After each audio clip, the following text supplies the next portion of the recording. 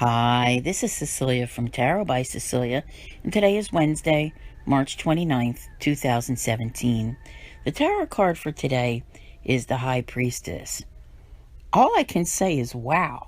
I'm watching the order of these cards, and as we've been saying since day one of this blog, they tell a story. They tell a journey. It's like a sequence of events. The events may be different in everyone's life, but the story remains the same, which is why we can all relate. So I'm over here going, okay, what just happened? All right. We talked about all of the craziness with Venus over the weekend, passing over the sun, being halfway through the Venus retrograde, realizing things about relationship, having our new moon in Aries. That's some edgy, energy right there, right? So much going on. All I can say is, wow. So here you are today, High Priestess. And the message of the High Priestess is basically always to get in touch with your inner voice.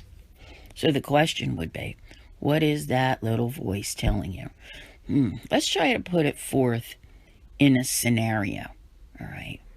Venus retrograde brings, just talk about the relationship part of it and forget all the other aspects like money and beauty. And we'll try to relate it to relationships for the moment so we can understand it. It brings people back. It brings, issues about relationships up in your face and all of these various things. So you've been noticing them in the last couple of days. They're right there. And the universe is showing you how your choices have brought these things about.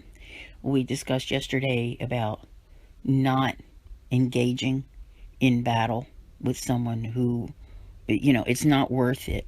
And that seems to be part of the choice that you're making. Like, why would I want to fight with this person? I'm really thinking that I don't belong with this person. So today's, High Priestess is maybe that conversation that you're having where you're with yourself, where you say to yourself, like, you do that review of everything that's happened in your life. Is this person, we talked about narcissists. All right, let's say, is this person, abusive, mentally abusive, physically abusive, whatever they're doing? Do they like to push your buttons and everything is about them? What's happening here? So these last few days, even if you thought you were in like working on a reconciliation with someone, I really believe they have come to highlight and show you that a leopard cannot change its spots. All right? That's a lesson that is sometimes difficult to learn because I think it's a basic human function that we all wish to see the best in people. Over time, you develop feelings for them and you want to know that that relationship is going to work out. So there's been a very important event, something, it doesn't have to be huge, but it's significant enough to have you realizing today, maybe kind of saying, oh, I get it. I see where this is headed, and maybe I don't need it to be headed in that direction with it. You get what I'm saying? All right. So it may not be the actual end of the relationship or a breakup, or, we're just sticking with the love category right now.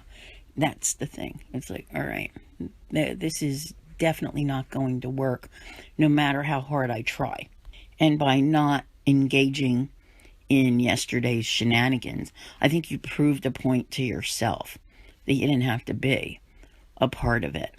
The question is, for many of you, and this is the part that's really, really difficult, and this is not just women, okay? There are men out there who suffer, at the hands or the verbal abuse from another individual. And I think that's what's coming, is how you're going to break away from it and get away from it, because not everyone has that ability to just walk out the door and be gone forever. It just doesn't work that way. So Lord help me, I did not know when I started this audio that it was even going to go in this direction, but the things that come out of my mouth come out of my mouth. And this is, I think, an important moment of realization for you, Like, okay, I have to do something about this. So call it an aha moment, call it what you will, but it is tied in with that Lover's card the other day, with those relationship choices. So you're on the other side, in the other half of the Venus retrograde. You have a lot to ponder, and I think by the time you get to May 22nd, you can make some decisions, because you are still working toward that new life. And if this is a relationship thing that Venus is showing you, then it may be that you don't need to be in it anymore. Okay? So, all things to keep in mind.